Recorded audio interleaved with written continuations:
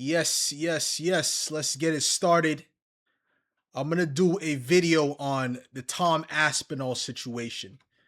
And it's not going to be concerning the eye poke. I want to talk about something more important than that. What I want to talk about is the character or lack thereof of Tom Aspinall in the situation where DC was giving him some words of encouragement that clearly was not supposed to be given to the public, but he went ahead and released that footage of DC saying what he said. And I'm going to play that. I'm going to play that part, okay, because that's what's more important. You see, you have a lot of people backing this individual, and it's a lot of white people backing him for the purpose of him being the white hope that's going to restore honor, to the YT race. That's basically what it is, okay? And this is why they want him to fight Jon Jones, as if he will dethrone Jon Jones by doing that. No, he would have beat an old Jon Jones. Let's say if he beat Jon Jones now, right? He would have beaten an old Jon Jones, right? And this guy's already bigger. He's younger, right? So, that's not really something that's going to put him at the top. No, he has to have Jon Jones accolades. He has to have all his resume. Once he beats his resume, which I believe he will never be able to beat his resume. Okay. I don't think he'll ever be able to do that. All right. Then you could say that he's arguably better than Jon Jones. But before that, you can't say that. But this is what they want to see. They want to see him beat Jon Jones. Okay, cool. Now, one thing that I'm certain of is that Jon Jones would not have quit if he got poked in the eye like that. I'm pretty certain of that. I believe Jon Jones would not quit. Jon Jones nearly had his arm broken. He did not quit. All right? I'm not talking about regular people. I'm not talking about, regular civilians. I'm talking about as a UFC fighter. I do not believe Jon Jones and many other people would not have quit in that particular scenario. Was it smart? Yes. If your eye is seriously affected, yes, it's a smart decision. But is it a warrior decision?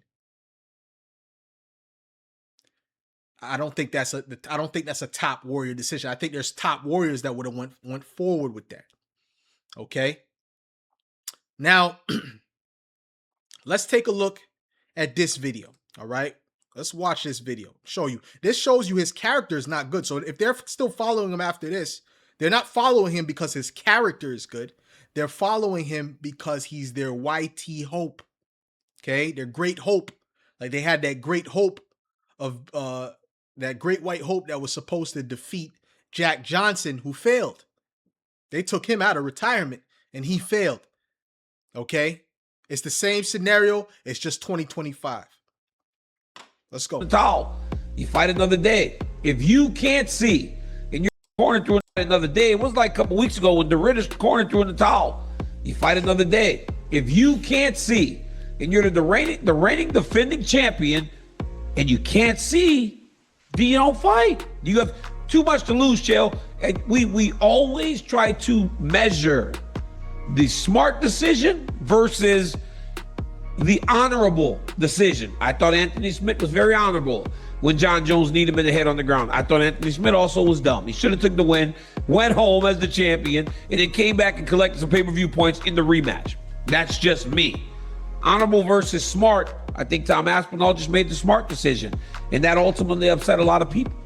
I agree with that too. I do think that was the right decision. I do think that was the smart decision. Tom's got one thing to do, which is to leave that arena with the title that he brought in to that arena. DC also later said he's upset with Aspinall for releasing their private conversation. And by the way, I don't. By the way, I'm going to say something. I don't put Chow in that category of looking for a white hope, right? You see, just because he's a whitey man, a so-called whitey man, he's actually pretty honest, I believe, with his assessments. I believe he has honest assessments. Okay. And I was talking to Tom about the heavyweight division. These matchups in this division, like what type of run you can go on. Yeah, I know. Help me in this fight, sir. Chilton can't fight. Who do you think's going to win? I think Volkov, probably. Yeah, but even him, or you beat him in the first round. You had it right, Chael. I was literally trying to tell him, you could possibly be on the verge of something tremendously special right now. What I was saying was, Jailton's going to grapple you, right? It's not as dangerous a fight. And I could have done a better job of saying that to Tom. Now, I was a little upset that Tom and them released that, if I'm being honest with you. I thought when you lean in, Chael, when you lean into someone and you're talking quietly, that's a private conversation that should stay between you and the athlete. And that's obvious. That's obvious. He was speaking. He was whispering. All right. I'm gonna watch it again. We're gonna watch it again. He was whispering. He was leaning in. That's clearly a signal of, I don't want the world to notice. This is between me and you. As a man to man, as a man with showing respect to another man, especially a legend like DC, you should have said, you know what, this is not gonna be on video. We're gonna take this off video because it could make DC look bad. And this was not for the world to hear. This was between me and DC. But because he wanted to make himself look good, see, DC thinks I could destroy all these guys. He went ahead and released that. That's low character. So these people that are following him after this, seeing that this, because they speak about Jon Jones, oh, his character is this and that. All right. But this is this is proof of low character right here by releasing this particular statement. I would never do nothing like this. If me and somebody's having a private conversation, right? You know, especially somebody that I have respect for, I'm not releasing this to the world. Let's listen to this again because he was clearly whispering. Said he's upset with Aspinall for releasing their private conversation. The mic was on me and I was talking to Tom about the heavyweight division. These matchups in this division, like, what type of one you can go on? Yeah, I know. Help me in this fight, sir. Chilton can't fight. Who do you think's going to win? I think Volkov, probably. Yeah, but even him, or you beat him in the first round. You had it right, Chael. I was literally trying to tell him, you could possibly be on the verge of something tremendously special right now. What I was saying was, Jailton's going to grapple you, right? It's not as dangerous a fight. And I could have done a better job of saying that to Tom. Now, I was a little upset that Tom and them released that, if I'm being honest with you. I thought when you lean in, Chael, when you lean into someone and you're talking quietly, that's a private conversation that should stay between you and the athlete. I thought it was embedded. And I know that embedded would never do something like that. Jailton Almeida deserves respect, and I do respect him. And I felt bad, man, because he's been so nice to me. Chael Sonnen also later appeared on the Ariel Helwani show, where he stated that he doesn't think Cyril Gane getting an automatic rematch should be a given. Major mistake ahead of UFC 321. In an interview with RMC Sport Combat, the elder Aspinall revealed that his son has only 3. So you see, so just to clarify, you seen him lean in and he was speaking in a whispering tone. This was clearly supposed to be between them, but this guy went and released it, man. Okay? That's a scummy move. Fights remaining on his UFC contract and that he's in no rush to see him re-sign with the promotion. Instead, he expressed interest in seeing Tom pursue bigger paydays in boxing. Speaking on the latest episode of his Believe You Me podcast, Bisping criticized those comments, saying that Aspinall's father should have discussed such plans privately rather than in public. According to Bisping, making those remarks openly could damage their relationship with the UFC. Yeah. And there was the whole thing with DC. Remember that? You probably saw that, whispered into the microphone. You know, he didn't need to release that, you know, so he kind of dropped the ball a little bit there. And then his dad... He didn't drop the ball a little bit. He dropped the ball a whole lot, okay? Because first of all, DC's a legend, man. You know, he's trying to tell you, give you words of encouragement, and you go and disrespect him by releasing the tape like that. That's going to make him look, you know, make him enemies ultimately, because the way he was speaking about the other fighters didn't sound good. You know? He said one individual couldn't fight. So, whatever makes him look good, you know, which is not a good look. All right.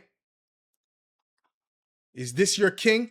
Dad was talking about the boxing things. You know, after this contract, we're leaving.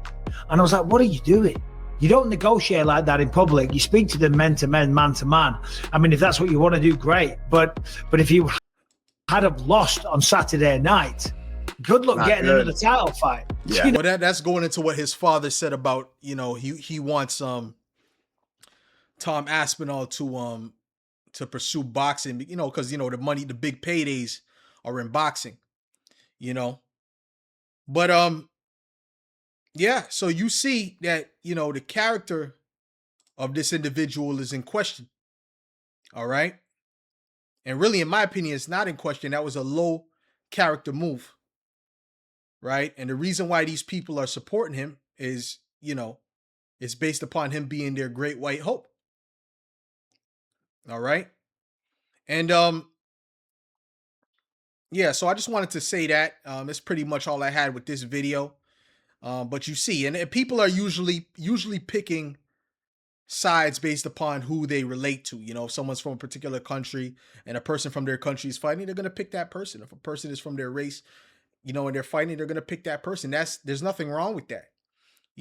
But don't tell me it's about character, it's about this and that, Jon Jones being a bad person and this and that and the third, when this individual has shown himself to have low character. Just by doing this, he shows he has low character. All right. So I don't want to hear it. I don't want to hear it. Because imagine if Jon Jones quit quit from anything, really. These guys would have been in the comment section talking buku SHI to the T. All right. You would never hear the end of it. But they have all the excuses in the world for this guy. Like I said, I'm not saying that he should have necessarily continued. I don't know how that felt. I don't know how bad his eye was. I think that was the smart move if his eye was really bad like that. And but I know for sure that I know for sure that there's certain UFC fighters that would have continued to fight no matter what. I know that for sure. So anyways, that's all I have to say with that, and I'm out.